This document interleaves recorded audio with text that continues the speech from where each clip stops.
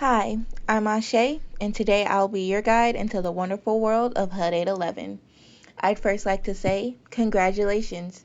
You've been approved to move into a unit, but before you can sign your lease, we'll go over a short tenant briefing to introduce you to the program. After this presentation, our program specialist will be available to video chat and answer any additional questions you may have. So let's get started. What is HUD 811? HUD 811 is a federally funded program that assists extremely low-income individuals with disabilities and impairments with permanent supportive housing along with supportive services. Remember, HUD 811 is a project-based rental assistance program, meaning the subsidy will not follow you if you decide to move. However, you may move to another 811 unit in the state of Georgia and still be able to keep your rental assistance. Follow me to see how together we can make 811 the best experience for you. Now that you're taking the first step to live independently or gain stable housing, there are a few responsibilities for you to keep in mind. First, you are responsible for paying 30% of your adjusted monthly income directly to your landlord by the first of each month. Upon moving in, you will have a security deposit that will either be $50 or 1 month's rent, depending on which is greater. If you were to move, your deposit would be refundable as long as there are no damages beyond normal wear and tear to the apartment.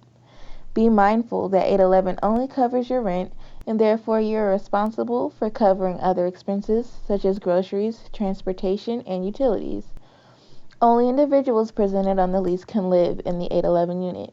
You can have visitors, but they are only allowed to stay no longer than 7 days. You will be held responsible for the actions of your guests. You may not sublease your unit to anyone else, or you will forfeit your rental assistance and risk eviction. Throughout the year, you should report timely changes of your income or household composition. For example, you should notify your landlord at any time if your income increases or decreases by $200 a month or more, or if you add or remove a household member on the lease. As a result of changes in your household, you may be required to change units if available. Every year, you must participate in the annual recertification process in your property's leasing office in order to keep your rental assistance. The items that you need to bring with you include all income documents like Social Security disability verification, paycheck stubs, and any asset information. Any information you provide must be true and factual, or you will be subject to penalties. Failure to recertify will put you at risk for losing your rental assistance and your unit being brought back to regular fair housing market rates, which you will be responsible for paying. The plus to 811 is that it is permanent housing. Once you're part of the program, you may increase your income. Your household income can grow past the 30% area median income up until you're able to pay the entire rent amount on your own. HUD 811 was created with supportive services in mind. Every person in the program is either referred through a supportive service provider, an approved referral agent, or if you were referred by your property, then we pair you with a supportive service provider. There are so many things supportive services can help you with, like referrals to resources, case management, and helping you process through any conflicts you may have. Although it's voluntary, we encourage all of the 811 participants to stay in services so that you may have support if challenges arise. If you decide that you don't want services, you will have the option to re-enroll in services when you're ready. Please be aware though, if you are having challenges, your supportive service agency may be called to help with working that challenge out. However, if you aren't already linked to a service provider, you will be responsible for all outcomes to your challenges. As a HUD 811 participant, we want to make sure that you know your rights as a tenant. You have the right to live in decent, safe, and sanitary housing that is free from environmental hazards, including lead-based paint, have repairs performed in a timely manner upon request, be given reasonable notice in writing of any non-emergency inspection or other entry into your apartment. You are protected from eviction except for specific causes stated in your lease. You can request that your rent be recalculated if your income decreases, and you can request to access your tenant file. Your landlord is responsible for making necessary repairs, giving reasonable notice of intent to enter your apartment for repairs, complying with health, housing, and building codes, and maintaining premises in a decent, safe, and sanitary condition. Before you move in, you'll have the opportunity to tour the property and apartment to make sure it fits your standards and what you want in your living situation. Use this time to note any damages to the apartment so that you aren't held responsible in the future. If you would feel more comfortable, you are more than welcome to invite your service provider, friend, or family to help walk with you through this process. As you and your company tour the unit, pay attention to if the carpet is clean, make sure windows and blinds open and close properly, open the cabinets in the kitchen and bathroom, turn on the faucets, make sure you have clear water, good pressure, and the hardware works fine. Check the appliances in the kitchen to make sure they work and you are able to use them. Check floors, walls, and ceilings for any evidence of mold, water damage, mildew, stains, or cracks. Please note that we can't address specific cosmetic issues that you may find during the walkthrough or after move-in. Instead, you'll have to talk about these issues with your landlord. We can only step in when there are safety concerns to be considered. For example, excessively worn carpet that can become a hazard. Now, we're at the point where we can talk about your lease and what you can expect. Your landlord may terminate your lease for the following reasons. You are considered non-compliant or have multiple or repeat lease violations. You or a household member on the lease participate in criminal or drug-related activities that threaten the health and safety of yourself, neighbors, and on-site project management staff. You have not paid your rent or any other financial obligation.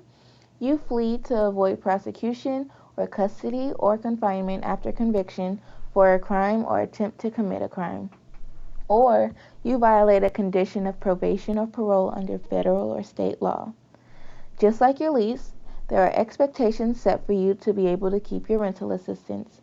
HUD 811 will terminate your assistance if you or a person on the lease participate in criminal or drug-related activities that threaten the health and safety of yourself, neighbors, and on-site project management staff, or if you provide false information. Here are some additional guidelines for your new apartment life. You may not install washers, dryers, or AC units without prior landlord approval. Respect noise restrictions.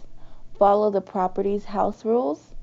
Allow property management staff to access your unit for inspections and repairs. You may only have a pet if the property allows pets and you and your pet meet the requirement of the property's pet policy. You will be responsible for paying a pet deposit if one is required by the landlord. Assistance animals are not considered pets and fall under a different policy. The assistance animal policy does not identify an assistance animal as a pet.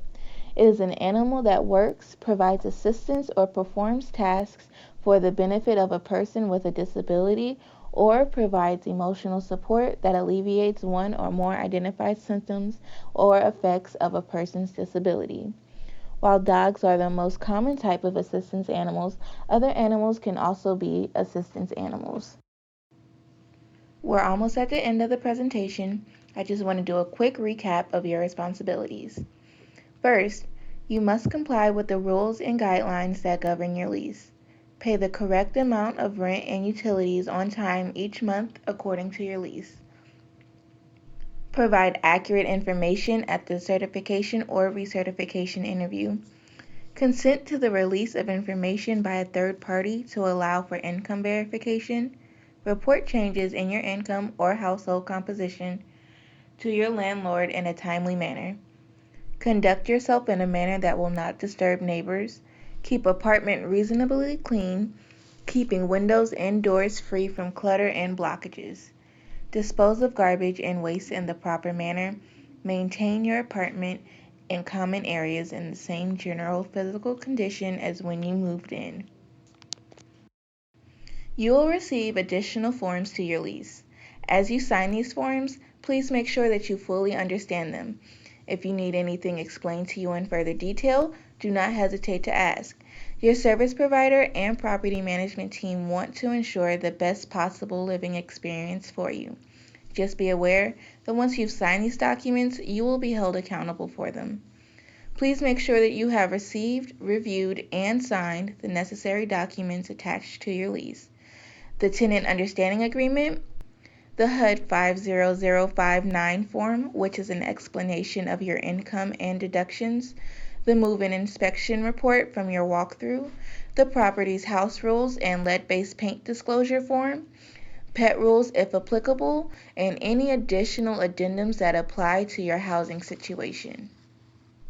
Well, that ends the tenant briefing presentation. If you have any questions, please contact the 811 program specialist at 404-679-3150 or via video chat. Again, congratulations and don't forget to enjoy your new apartment.